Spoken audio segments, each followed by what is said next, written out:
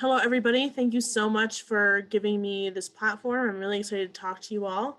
My name is Julia Rosenwald. I use she, her, they, them pronouns. I'm a second year graduate student, formerly in the soil and crop science department, most likely switching to higher education. And hopefully this presentation tells you a little bit, a little bit why I'm really passionate about this topic. I'm a Jewish student as well as a queer student, and I'm currently on the Presidential Task Force on Jewish Inclusion and Prevention of Anti-Semitism, which was recently tasked by President McConnell this past summer. So we've been existing for about almost about a year, a little less than a few years if you count the work leading up to the task force. But my presentation today, I wanted to start off really, really simple, and this might seem silly to some of you. What I've noticed as somebody from Northern New Jersey is that a lot know what Judaism is. So just a quick overview. I think starting with educated basis is the key to understanding why we have a problem. So just a little bit about Judaism. We have basically, it's a monotheist religion, so we believe in one God. The rules that basically people follow are from the 10 Commandments that are shared with a lot of other religions, and the Torah, which is the Old Testament. It's also called, but in Hebrew it is called the Torah. We don't believe that the Messiah has come quite yet. We always hope for a day when the Messiah, or the hope of the world that will bring peace to the world, will have yet to come. Let's see. Okay. Sorry, I was checking the chat real quick. Okay. And there's also a huge emphasis on mitzvot, or good deeds. The Jewish religion is a lot about, in culture, is a lot about what we can give back to our community. How do we make this world a better place for our children and our children's children?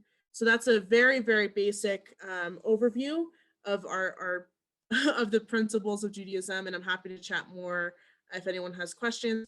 But within that, there's different levels or sects of Judaism, and so you have everywhere from Reform/Progressive to Orthodox and Hasidic. So Reform/Progressive tends to be more lenient and really focusing on application to today's societal issues and things of that sort.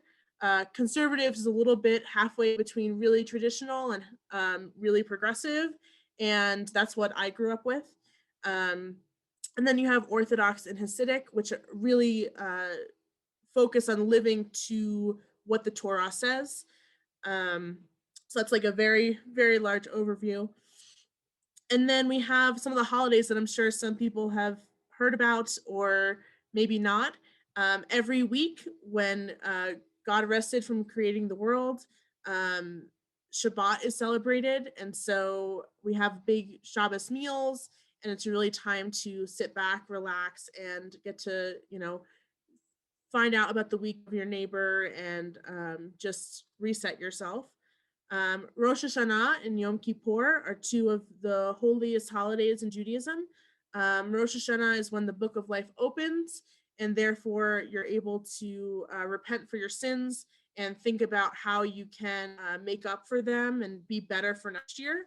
And Yom Kippur is when the book of life closes. And so it's almost a reset for the new year. And I'm sure everyone knows a little bit about Hanukkah, but basically there was a temple that was brought down from an invading army centuries and centuries, millennia ago. There happened to be a vial of oil that was supposed to last one night, but it lasted 8, and that's why we celebrate the 8 days of Hanukkah. It's actually not a very important religious ceremony, but especially in the United States, it's become really, since it's close to Christmas, a way to celebrate your Judaism. So that's like a very quick overview.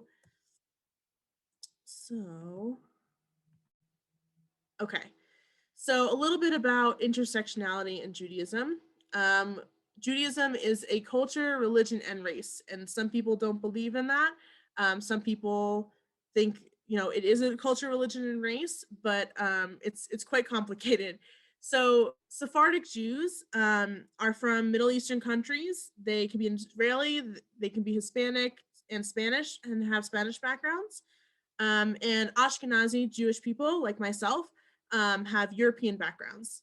And both of these different types of Jewish people have different traditions. They have different ways of celebrating holidays, and not all of them follow the same rules. Everything's kind of a mix. I know a lot of people who do everything and nothing. Um, and like I mentioned, not everyone agrees that not every Jew agrees that Judaism is a race. We do have genetic tests when a child with Jewish background or is born.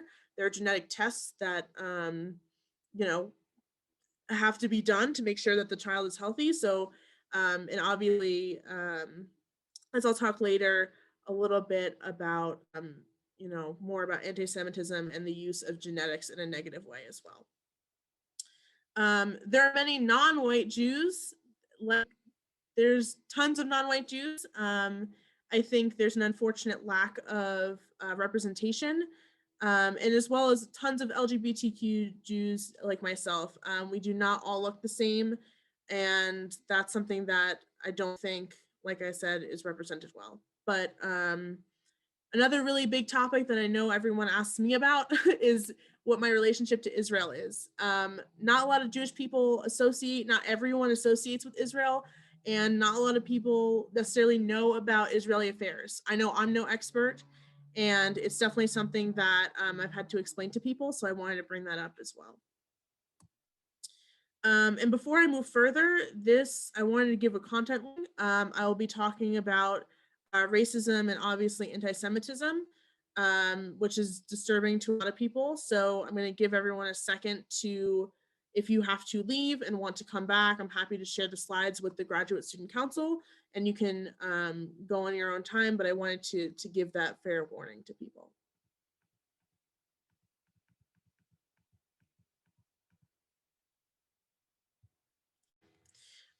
So a little bit about anti-Semitism and what it is.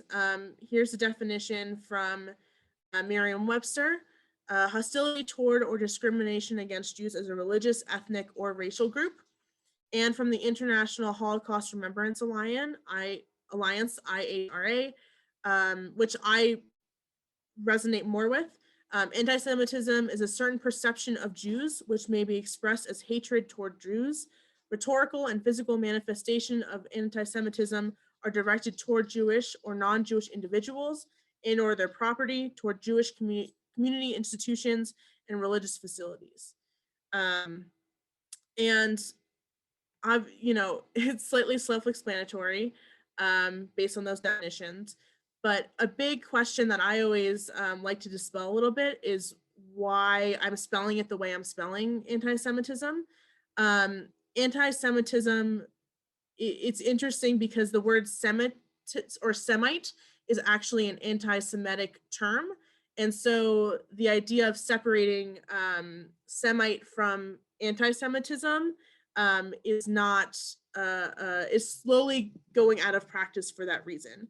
It's not necessarily incorrect, and it's something that I have to look more into more scholarly sources for, but I've noticed a lot of modern sources are now switching to the lack of hyphen as a way to understand that the term Semite is a negative connotation toward Jewish people. And here are just some common stereotypes about Jewish people that lend themselves to anti-Semitism. We're liars and untrustworthy. We're greedy and selfish. There's a lot of conflation with white supremacy because a lot of people assume that Jews are white.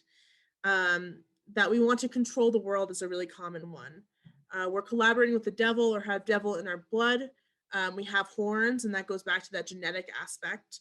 You know, unfortunately, what a lot of what Hitler used and neo-Nazis. General harm to society and poison the environment, were non-human and or inferior genetics and spirits, that Jews killed Jesus and killed non-Jewish children for their blood and religious ceremonies. Irrational beliefs that Jews cause harm to society, to their living environments, and to the world in general, were assumed to have hidden, mean, and malicious powers and intentions, and to use those for harm. That Jews and Jewish people are constantly being uh, uh, blamed for things like the Black Death in the Europe, losing wars like World War One, constantly being blamed for unemployment and economic situation. We're blamed for communism, and we're blamed for a lot of illnesses in society. And obviously, these are the really obvious examples, right? Um, you know, you see a swastika and you know that's anti-Semitic. However, not a lot of people realize that when a swastika is on a student's dorm room, which happens very frequently on our own campus, I work with students at CSU Hillel that constantly have struggle with swastikas being put on their door, carved into their cars, and it's mind-boggling. But I don't think enough people recognize that a swastika is a death threat. It is a direct threat to somebody's life. It is not just a symbol. It is scary and terrifying and traumatizing for a Jewish student, or really any any persecuted group that was persecuted by the Nazis, including LGBTQ, people of color, Black people, and many other minority associations and identities. Some more examples. You know, these are signs that you'll see in the past, but unfortunately, these ideas are nowhere close to far away. Revealing the Jews among us as a way to, you know, make sure that you know who's a Jew, so that you can separate them and be anti-Semitic towards them. The idea that people want to make Jews disappear from the world or our society, move us away, and to give the actual truth about Jews, that we're trying to take over the world, and recruiting people to do the job. And this swastika that you'll see in the picture here is carved into the door of a student or of a Jewish couple in Lafayette, Colorado in 2017. So how does this manifest to us, right? You know, I'd like to think that we don't see neo-Nazis on campus. However, when Charlie Kirk was on campus, we did see that happen, whether or not it was associated with him coming to campus. But there were neo-Nazis on CSU grounds. So the normal everyday to day, it manifests in jokes on campus. Really common that I experience are Holocaust jokes, or Nazi as a way to describe somebody who is strict. These phrasing and this language takes away the atrocity and the horror that was the Holocaust, and that is anti-Semitism in Jewish people's lives every day. So language matters, and I'm happy to go into that further. But another thing that I like to bring up is not being included or thought of when diversity and inclusion is talked about. Is there a person with minority religion in the room? I know that race has been something in the you know, that has always always come up, and should always come up. But I think that minority religions are overlooked in a lot of instances, and like I said, not just talking about Judaism here, but minority religions in general. So thinking about your diversity and inclusion in an intersectional lens. There are stereotypes about Hillel and Chabad on campus. The amount of times that I've talked to students, just dispelling any, you know, preconceived notions about what we are, what we do. And I'm happy to, like I said, talk to anybody about what those are. Swastikas and beer pong.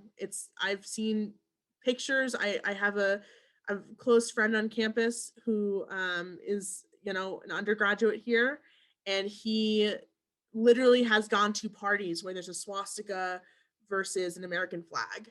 And that is unacceptable and horrifying to walk into a place where you're supposed to have fun and see a swastika. Um, and like I mentioned, swastikas on student room doors, and it's not viewed as a threat. Jewish people are targeted walking to the Laurie Student Center. You know, there are many of talked to that are Jewish that when, you know, people, you know, it's a free speech zone, but they're personally, there's a difference between free speech and then targeting people. So that's a whole nother conversation, I'm sure, but Jewish people do not feel safe on our campus. Students are unable to get holidays off. It is very difficult for minority religion students to have a professor immediately say, no worries. We can take in a test another day. You can have an extension on your assignment. Um, there is a process that you can go through in order to have proof. But the idea that we have to prove that we need time off for a holiday is discriminatory in itself. And in general bullying from other students, general comments, and general unease on campus. So how does CSU handle anti-Semitic incidents on campus? Not well. Right now, our students are way too terrified to report through our current bias system, and therefore administration is not aware of the issue on campus. Like I mentioned, swastikas are not viewed as a threat of physical violence, which is what is deemed the threshold for the bias reporting system. And like I mentioned already, the plaza as a free speech zone, many Jewish students are scared, as well as LGBTQ students. I'm strictly talking about Jewish students right now, but I know as a LGBTQ student myself, sometimes it is scary. And this goes into the purpose of the task force, the Presidential Task Force on Jewish Inclusion and Prevention of Anti-Semitism, pretty well. So who are we? Obviously, I hope by the time in my presentation that it's become very clear that we need help, that there has to be somebody and standing up for the fact that our students are not safe on our campus, and that we are needed. We do not have a Jewish curriculum. There's no education through our orientation programs or faculty training, student leader training through SLICE. There's no support center for minority religion students on campus, as well as no emotional or physical support specifically for minority religion students. So we are a combination of faculty, administrators, Jewish professionals, and students. Me being the graduate student representative, and as well as the CSU Hillel representative, which is a Jewish group on campus. And we have already sent our recommendations to President McConnell. She has been incredible in our support of us as a group and our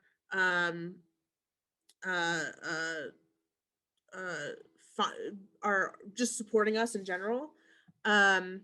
So some of the areas that I mentioned: orientation programming, just understanding that, you know, anti-Semitism is present, faculty training, student leader training, creating a space for students that might not identify with the religious aspect of Judaism or their minority religion, but still wanting to get involved and have a safe space. So we're hoping to create a center, improving the bias reporting system, which is super, super key. And like I said, the emotional and physical support for minority religion students. And so once again, I wanted to thank everyone for having me here. I love talking about this. A lot of my sources came from the Presidential Task Force themselves throughout our presentations the past semester or two. But I'm happy to provide more resources and education as well. And I always welcome questions. I love learning. I love, you know, helping people. So please, if you have any recommendations, I'm also looking for somebody to add on the presidential task force. So if there's any Jewish student that is interested in getting involved specifically from the graduate school, doesn't matter where you are, what department, if you're interested, please reach out to me. So thank you so much, everybody.